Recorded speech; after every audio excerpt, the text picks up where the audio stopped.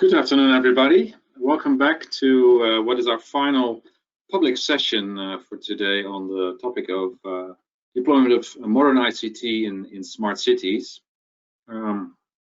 Before we get going, you may have seen from the live stream just prior to when I started the camera that we have some news for you. We have extended the possibility to have one-to-one meetings amongst yourselves.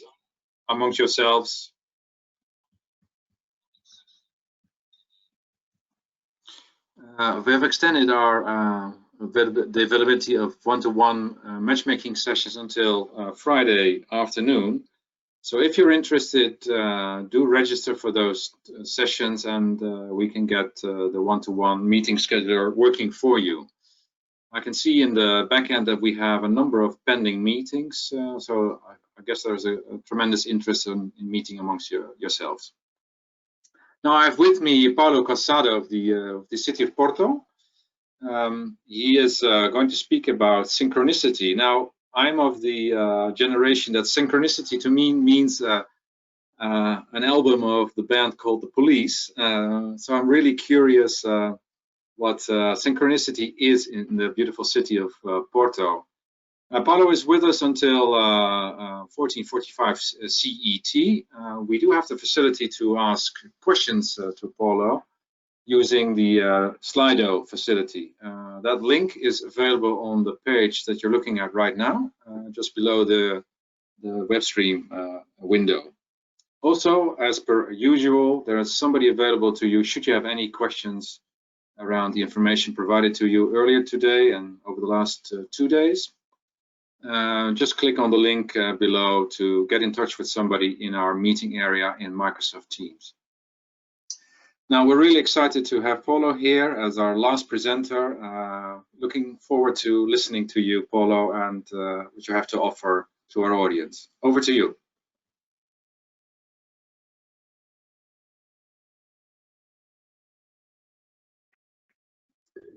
So thank you very much, Helco. Thank you very much for having me here and for having this opportunity to share what Synchronicity project is and what was impact of this project in the development of the Porto city digital transformation smart city strategy in the last 3 to 4 years.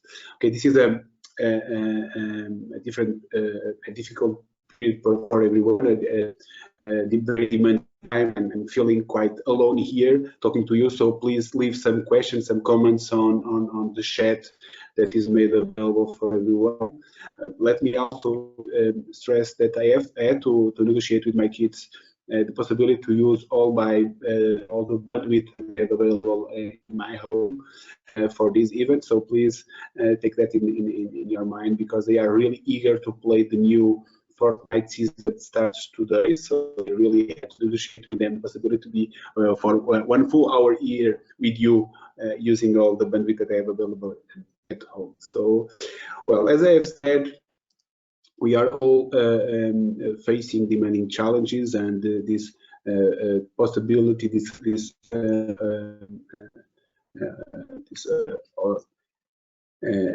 all the challenges that the pandemic, the COVID pandemic is facing there, this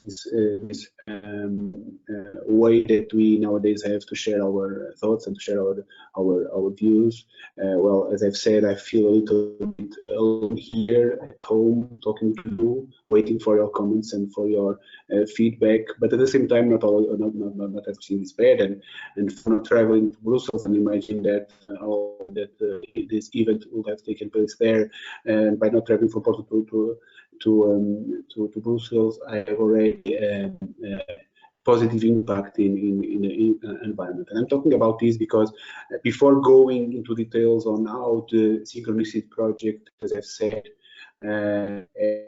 impact on have helped the city of Porto to move forward in this digital transformation on smart cities strategy. I would like to highlight that our main driver for moving forward in this digital transformation and city strategy is this view of the data-driven decision-making, this view of using data to design public policies, to validate, to assess the impact of these policies. So, and having this in mind, I would like to start by saying that in order to be able to have all these data, that is the main driver or the key ingredient to develop these public policies with high impact, we need to have a very clear view on how our infrastructure, on the technology, is ready or not to help us as a city, as a city to move forward. Okay, and if you allow me, just very briefly to explain how Porto is organized in terms of this smart cities infrastructure or this digital transformation strategy. I'm CEO of Porto Digital, and Porto Digital is a non-profit organization owned by the municipality of Porto in partnership with the University of Porto and the company that manages our subway, and is a non-profit association, as I've said, owned by to other partners, in order to, this main goal and main objective is to develop and to foster the development of digital transformation and innovation strategy in the city. Okay, and the main asset that Porto Digital has nowadays is infrastructure. And we have more than 5,000 kilometers of fiber optical network installed in the city.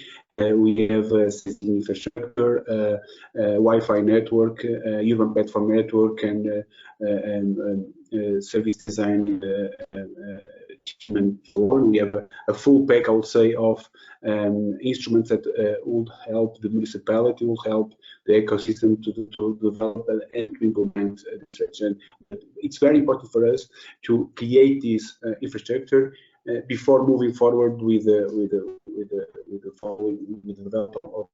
development of these digital services. So this main asset that we have, this 4,000 kilometers of fiber optical that we explore in this concept of a neutral operator, is key for us because it would allow us to implement this infrastructure, it will allow us to develop from that I will explain a little bit more on details, and definitely was key in the context of the Synchronicity project. Talking about connectivity, talking about infrastructure, fiber optical network is also very important. I allow the services and especially the devices, the sensing infrastructure that we have deployed on top of this. Okay, and one of the main services that we have implemented on top of the infrastructure is our Wi-Fi network that obviously is being used by our visitors, by our tourists, and obviously by our citizens to internet. Okay, but it is being as well being used by our services to start looking at the data that is being produced by this all these moving devices in the city. Obviously, we are not looking at the data that is being produced by the users, but by the devices. Okay, as a sensor devices and all the million of connections that they have produced. And I will give you a small example already on how we are using this all these devices that are connected to the infrastructure as a sensor infrastructure as well. We have a strategic plan for expanding the infrastructure, and we is a 10 million euros investment for the next 3 years, but we have already started deploying the infrastructure. This is a small example on once data is being used for fine-tune the strategy, and this is a snapshot on the density of the Wi-Fi coverage in the city before and after the first investment that we have done in the city. And it's really interesting to see this huge red mark in the middle of the image. For those who don't know the city of Porto, explain a little bit why this is very interesting, because it's in the city center, it's in the historic part of the city. So Once again, as I've said, our main driver is to implement this data-driven decision-making policy. Okay, based on data, we develop innovative services for the citizens, and we also use data for validate the impact of this strategy. Okay, and in order to move forward, we need to implement a technology infrastructure, and on top of that, we are producing data that is being used for developing the strategy. And I will already talk about some examples when we are already using this data. But before moving forward on a very concrete example, I would like to, well, for those who haven't yet visited the city of Porto, this is a view from our neighbor city Gaia. On the other side of the river, on the other side of the bridge, you can see this big part of the city, the river, and the ocean is not far. And why this image is important, because as I've mentioned, it will show you how we can use data to evaluate and validate these strategies that we are defining. Okay, well, as I was mentioned, on top of the fiber optic network, we have several services. One of the services is Wi-Fi connectivity. Obviously, the main goal of this infrastructure is to provide internet connectivity for our citizens and visitors, but at the same time, the data that is being produced by all these users that are mobile users that are traveling across the city is being very important for us to develop some of our tools, especially for helping the team that manage our mobility to develop their policies and their services. So this is a snapshot of data that we have gathered during a full day. Okay, the data is being gathered. Well, I haven't mentioned, but we have Wi-Fi all over the city, but but as well we have Wi-Fi in all our public buses. Okay, and the data gathered by these public buses were really useful for well. To have this big picture on how the city is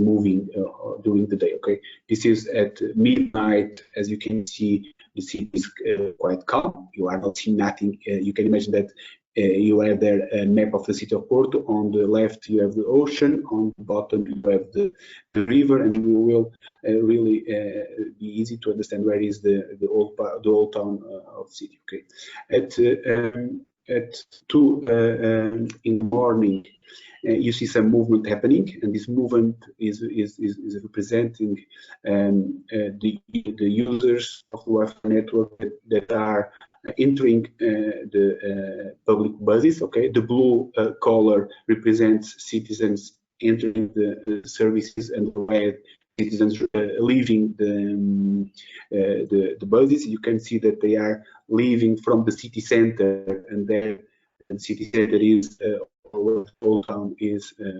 Please remember the picture that I've shown you previously, and the red is the well, I will say where people are usually leaving.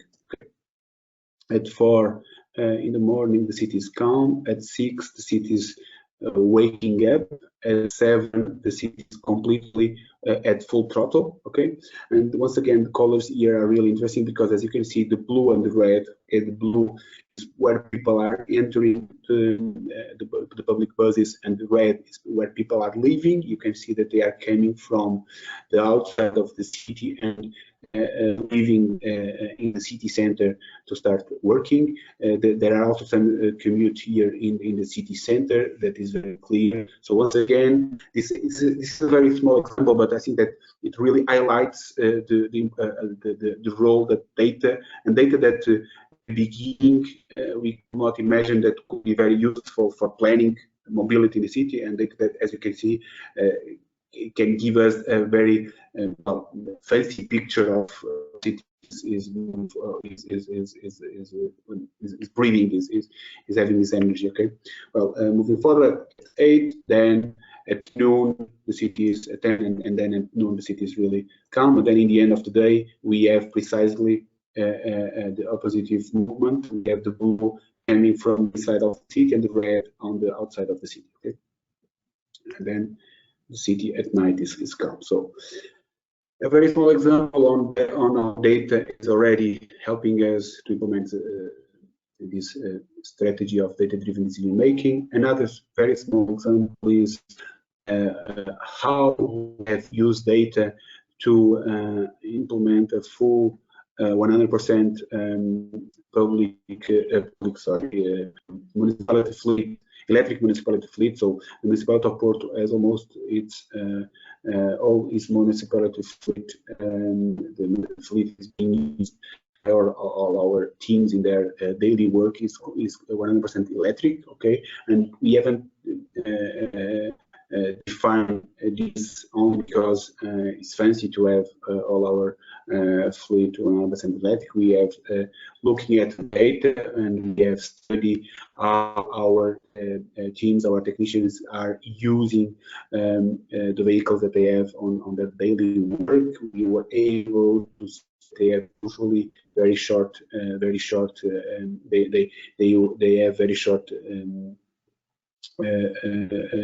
travels, and the majority of the time the car is parked, which is very interesting for charging the car. Okay, and so using this data, we were able to implement this policy. All our municipality fleet is 100% electric, and in the end, as I said, we use data to assess the impact of the strategy, and we can realize that in the end of 2019 we have reduced the CO2 emissions very in a very impressive way.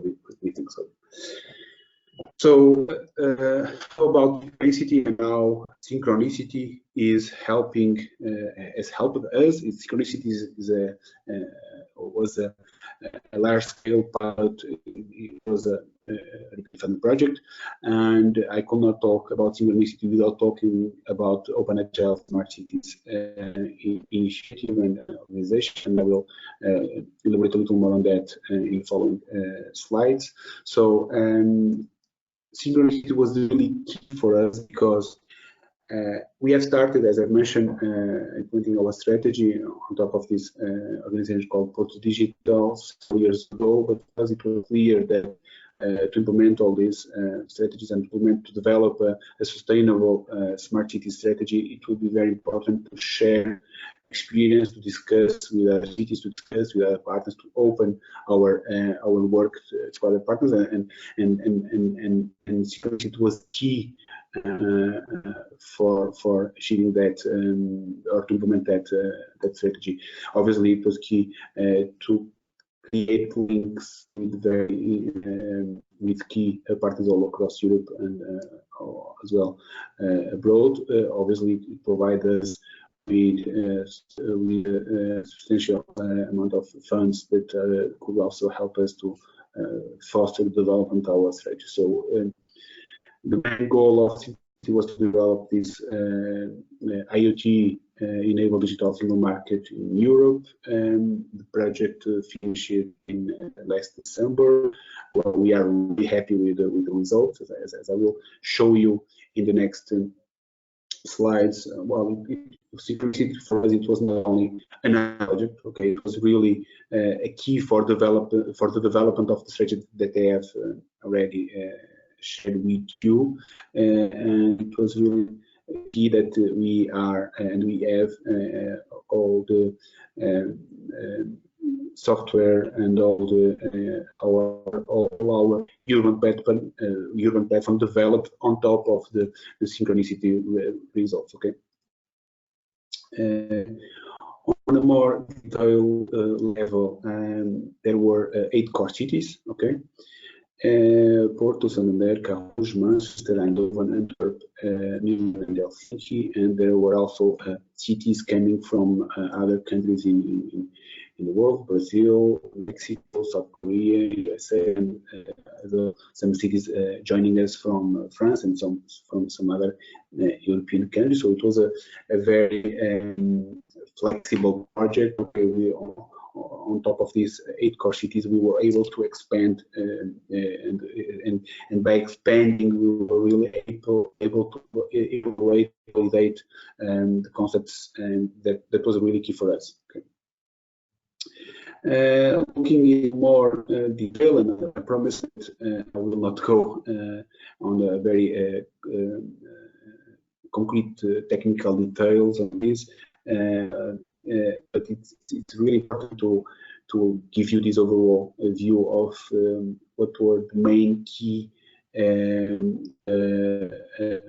building blocks that the Synchronicity project helped us to develop, to evaluate, from the data marketplace to the content broker to the data gather models and so on. So it was key for us the development of this reference framework.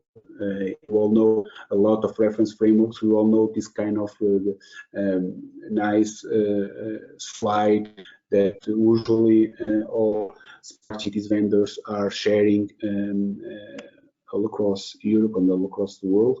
But the main concept here was that it was developed on an open source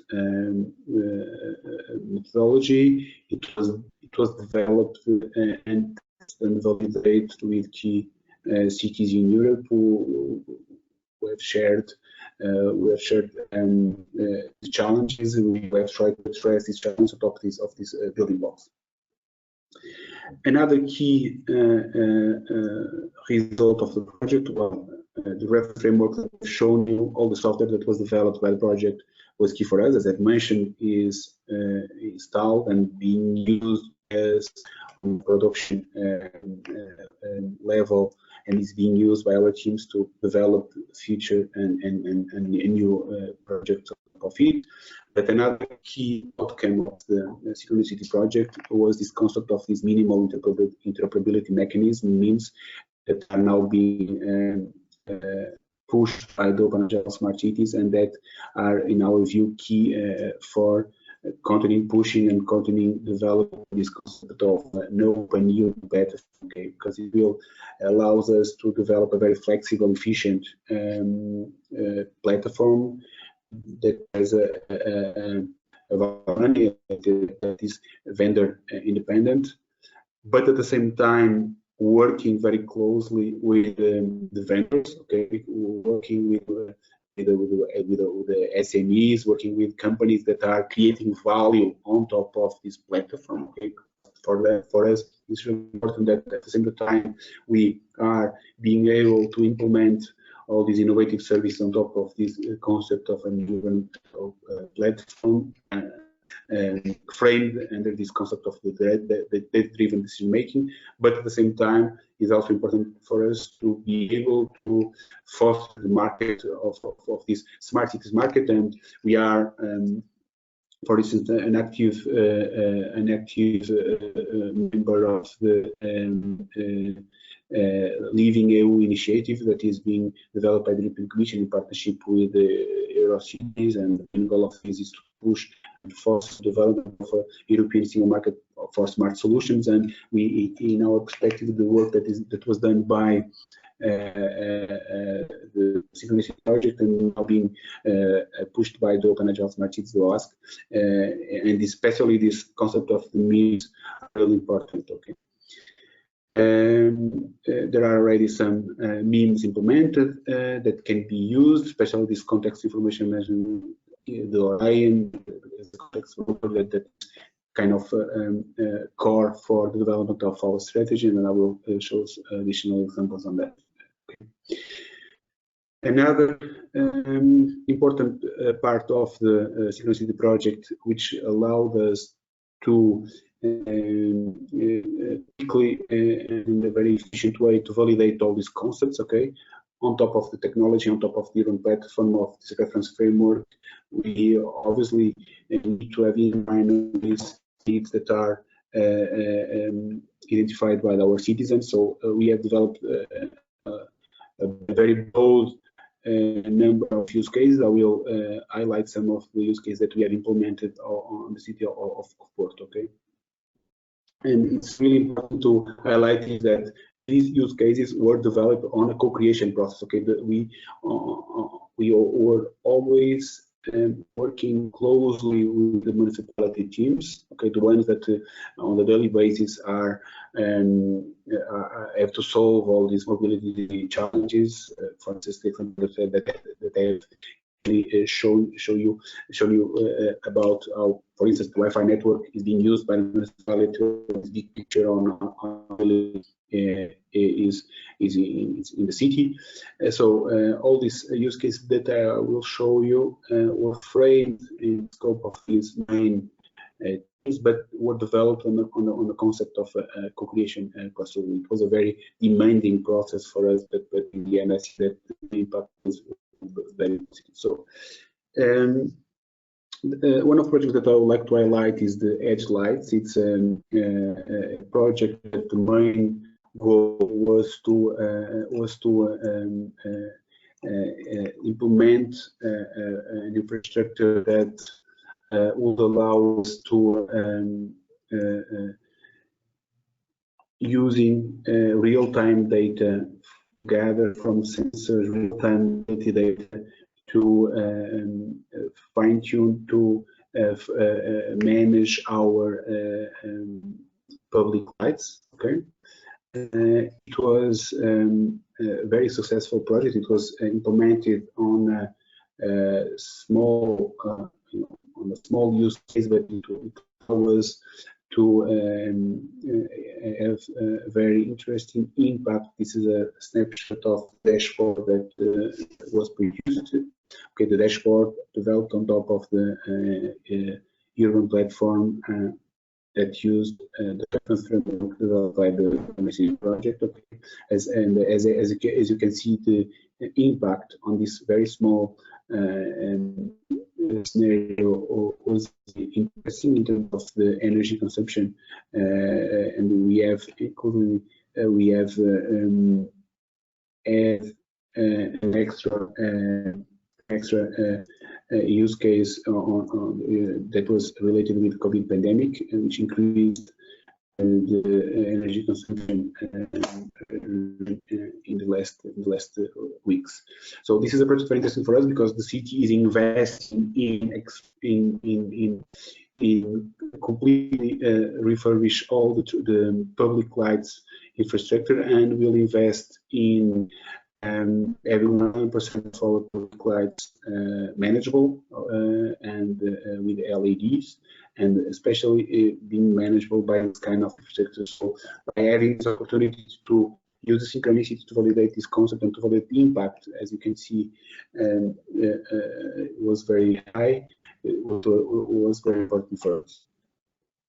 The second example that I would like to show you, okay, this is some key results of the project. As I've said, the energy savings, and especially its capacity to validate this concept that we can now scale up for the whole city. Okay. Another example as well related with energy is the Link project, which our main goal with the Link project was to optimize the energy usage within any type of residence, commercial or industrial buildings.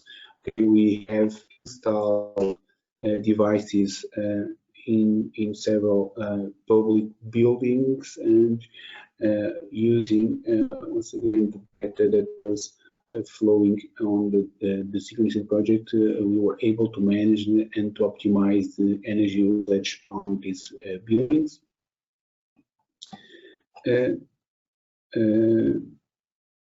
Finally, the last example on a completely different topic was the Quantra project, which had the main goal to help our waste management team to optimize their fleet management, to optimize the garbage collection infrastructure. We installed, well, this is a more common example. We installed, sorry, slide this first. We installed sensors more than 100 trash bins, and then with platform developed, we were able to start optimizing all the traffic and the waste management platform. Okay, so as I've mentioned, our main goal with the Synchronicity project and all the strategy that we have developed is to create the infrastructure that would allow the city of Porto to involve in the implementation and deployment of this data-driven decision-making policy of this digital transformation. So the project, the Synchronicity project, finished in December 2019. Okay, as I've mentioned, we are still working on top of the infrastructure that we deploy, and we are take full benefit of the platform, because all our future and current work projects on this topic of digital transformation is being developed on top of the reference platform developed by Synchronicity. Okay. I would like to highlight, and the time is running, I would like to highlight three small examples. One of the projects is a very large project, but well, as I said, three examples on we are continuing using and taking benefits of the Synchronicity project is the application developed for the Civic issues tracking. Another example is an application that we are developing for traffic count. We are using, as I said in the beginning, a lot of sensing infrastructure, a lot of sensors to track the mobility in the city. For instance, the Wi-Fi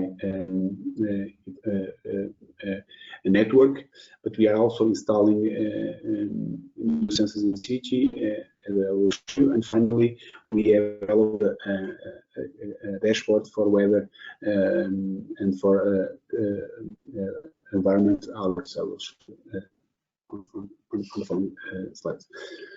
Very briefly, the platform being fed by several channels. Okay, we are using video analytics. We are using issues being shared by our municipalities, by the citizens, and everything is being fed. Feed inside our context broker, inside our platform. Okay. We are gathering information from, as I've said, from our analytics sector for identifying vehicles that are parking in the wrong lane, for detect garbage that is being placed on the wrong place. We are once again identifying vehicles that are, for instance, once again on zones of the city that are not allowed to be parked. We are counting vehicles using the video analytics, and all this data is being feeding is being on our Synchronicity platform. Finally, we are also gathering information from a sensing infrastructure that we have installed across the city. Is an environment in sensing infrastructure that will be used for some of the use cases that I will show you in the following slide. So the Civic issues platform is now being developed by private company. Once again, as I have highlighted in the previous slides, it's very important for us to create a ecosystem of companies, SMEs, and not only SMEs, large companies as well, that can develop solutions on top of this urban platform. Okay, this our Civic issue tracking system is being developed by a company that is using these open models, these open data models, and reference framework deployed by the Synchronicity project to implement the solution. The good news here is that we are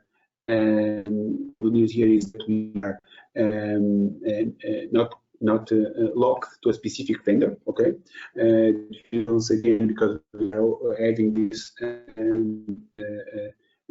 having this reference infrastructure that is open, and we have the MIMS, the minimal interoperability mechanism, we can develop these applications in completely independent and blocks. And okay, I'm trying to switch the slide. Okay. Finally, this is another example on a small dashboard that is being used by our teams as well to provide information on our weather and status and alerts. It's on production, and it's been as well developed on top of Synchronicity platform. Good news is that I am being receiving some questions on our channel, so I will go to questions just after finishing the presentation, that is almost in the end. So, and obviously, as I've started, we cannot forget that we are all facing this COVID-19 pandemic, and it was also challenging for us to understand how the work that we were doing, or the data that we were gathering in the platform could help us, for instance, to assess the impact of the confinement rules that the Portuguese government and the municipality and the municipal team has implemented in the city to assess impact. And once again, I would like to bring this image of the city of Porto, because by using the data, it was really interesting to validate how powerful were how high was the impact of some of the measurements that were deployed in the city. For instance, the state of emergency in Portugal was declared in the 18th of March. Okay, and please remember that just across the bridge there, you have the city center, you have the historic part of the city, we have thousands and thousands of tourists every day there. And as you can see here, and let's wait a little bit, as you can see here in the red, well, this image shows the movement of tourists during today on 8th of March. It was I would say a regular day, the city was full of tourists. You can see precisely in the city center, as the image shows, how high was of tourists moving from one part of the city to another part of the city. And just after the confinement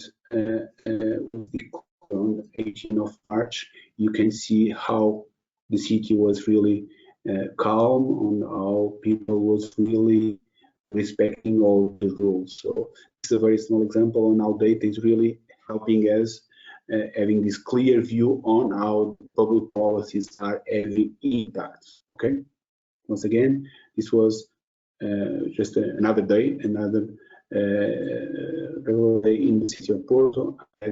That's what happened after the state of emergency was declared in the 8th of March. Okay, another example, and finally, this is the last slide on how we are on a daily basis tracking the mobility inside the city, because this is really important to have this almost real-time capacity to see how the city was reacting to all the policies. Okay, we see there on blue, and sorry, this is in Portuguese, you see there on blue, it was the day when the state of emergency was declared. Okay, and then you see how the mobility was reduced in city. We are comparing the period before the declaration of the state of emergency and the days, the current day. Okay, you can see that the city is kind of going to this normal stage after the confinement rules are finished in the last weeks, and we are this is an interesting example because we are comparing here the noise level. Okay, we use sensors on our noise sensing infrastructure with the traffic, and you can see that this pattern is really very aligned. Okay, when the traffic is increasing, the noise in the city is increasing. So, and you can see that. Well, this is not in this graphic, but we have another example. You can traffic is increasing in several cities, in several areas in the city, especially where people are going to work. And it's not increasing, for instance, in the city center, where usually the tourists are, because the borders are not yet open. So I will jump to some of the questions that Ilko is sharing with me. Let me try to see if I will able to reply to all of them, because we are running out of time. I'm sorry for yeah, maybe Paulo. one of the questions. Yeah, if we can start with the question around, because I think you did cover some of the questions that were related to the COVID impact and how you were using data to inform decision making. So there's the question, the first one that's actually available to is, there's a question around governance of ICT in Porto City. Is Porto Digital, is that like a program or is it a department, and how does it interface with other departments? Because clearly there probably has lots of discussion how to position digitalization within a city council. Does it take the lead? Is it supportive? Is it one single department, or is it distributed? I think that's the background of that type of question. Maybe you can comment how Porto is arranged this now. Okay, yeah, that's a very, very question, because it's one of the topics that we have usually discussed with several other cities, is how to implement a very agile and efficient way these kind of strategies. Okay, and I haven't have a completely final answer for you, because it's a process, I will say. Well, the Porto Digital is Associação Porto Digital is a non-profit organization, as I have mentioned. Okay, it's an independent entity from the municipality. Okay, the chairman of the Porto Digital board is the vice mayor of the municipality. Okay, and our board, I am the executive director, the CEO. I'm also a board member. Okay, and on our board we have also a representative from the University of Porto, which we believe it's very important to have this link with the university, because some of the work that we are doing is on innovation, is really kind of disruptive, and this link with the university is very important. So Porto Digital is an independent entity. Okay, and we kind of have this mandate from the municipality to implement this strategy. Okay, so we have this independent entity, which is Porto Digital. The municipality of Porto has its own ICT unit. Okay, that is more focused on the ICT infrastructure of the organization. Okay, and everything that is related with the public services, or majority of the work that is being related to public services, is being developed by the Porto Digital under the umbrella of a project. Okay, we have this strategic plan, this project that we have mentioned in the beginning, this 10 million euros of investment that we will do in the next 3 years. Okay, is kind of to frame in a better way the work that we are doing. Okay, because as an independent entity, although we are completely controlled by the municipality, but we are still an independent entity. We need to balance between the partnership that we do with the municipality, having this umbrella that I have mentioned, and these funds that the municipality is making us making available for us, and the partnership that we, for instance, can do with the university, can do with some research centers, can do with several universities, and the flexibility and this capacity to be agile that we have for implementing projects like Synchronicity. Okay.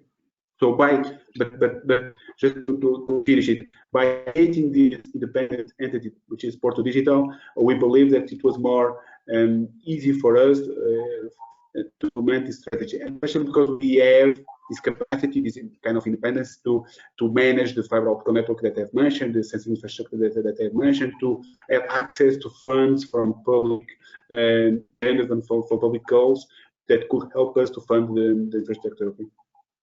Thank you. That's very useful. So I'm hearing so that independent body, if you like, is also a means to provide the agility that you want to have in place. Probably that relates to another question I see. Especially, Go on. if you want, just on another topic that is very important, which is related with our technical team, where you with human resources. Okay, as you know, ICT, high-skilled ICT human resources is a very hard nowadays to hire people with very high qualified ICT skills. So having this independent entity makes us more agile to hire and to have a small but very competitive, very high skilled team. Right. So because this is also part of a larger event around matchmaking and linking projects to finance. So in your environment, so how have you linked up to any investors, any private investors into the digital Porto program or entity? How is that arranged? Are you looking for external funds, or are you dependent on public funds primarily? Well, we are mainly dependent on the funds available by the municipality, okay? Because the municipality finds the strategy, and obviously the municipality funds the implementation of this strategy. As I mentioned, once again, we have the entity for the digital, and we have this umbrella project, this plan for investing 10 million euros is money coming from the municipality, okay? But once again, because we are an independent entity, although 100% controlled by the municipality, we have this capacity to get funds from other sources, okay? And for every euro the municipality was able to invest in the Porto Digital project, we were able to get 1.2 euros from other sources, okay? So, and this is really, I would say, a winning strategy, because it allows us to leverage on the money that is being deployed by the municipality, okay? Mainly, we are getting these funds from public tenders, from like the one that funded the Synchronicity project, but well, we are also available and I'll say interested in exploring other funding opportunities. Obviously, well, because we are 100% controlled by public funds, we need to follow all the public funding rules. Okay, that's cool for us.